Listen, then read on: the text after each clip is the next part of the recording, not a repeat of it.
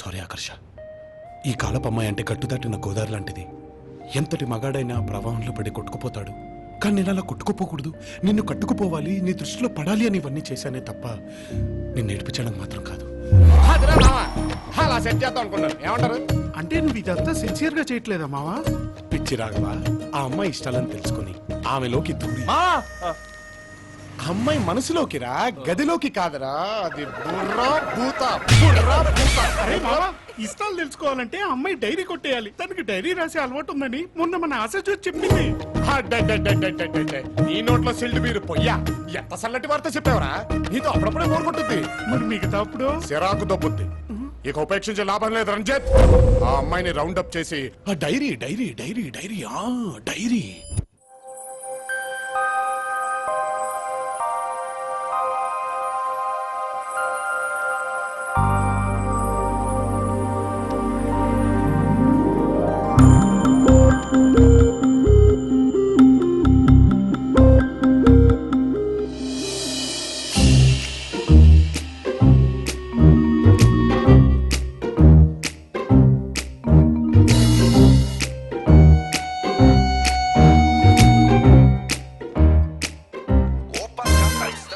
చిన్న నా ఫోన్ ఇవ్వు.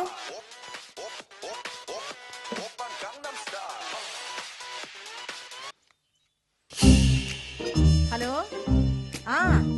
నేనే కంప్లైంట్ ఇచ్చా. ఇంటర్నెట్ స్పీడ్ పెంచలేంటి మీరు? అప్డేట్ అవ్వండి అయ్యా. ఆ ఇంటర్నెట్ అబ్బాయి అంటే వచ్చాడా? వచ్చాడు బేబీ. వచ్చిన పని అయిందా? ఏమండే చూరేసుకోండి, ఎవరు పడతాలో వచ్చేస్తుంటారు. సర్లే నువ్వు వెళ్ళు.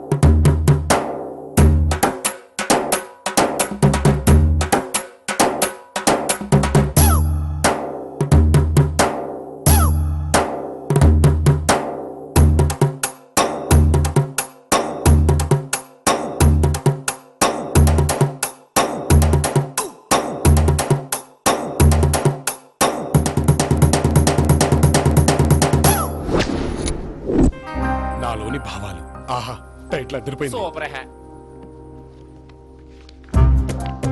అదృష్టం మన తలుపు తడుతుంది, కానీ దురదృష్టాన్ని మనమే వెతుక్కొని మరీ తెచ్చుకుంటాం. అంటే మామ ఇప్పుడు ఈ డైరీ ప్రతి మగాడి విజయం వెనక ఒక ఆడదుంటుంది. అవును మరి సక్సెస్ ఉన్నోడు వెనకాల పడతారు ఈ పెగర్లు. లెస్స పలికితే బిడ్డ.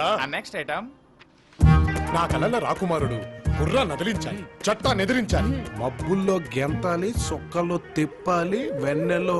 అయ్యి బాబోయ్, దీని కోరికలకి ఎండలేదురా.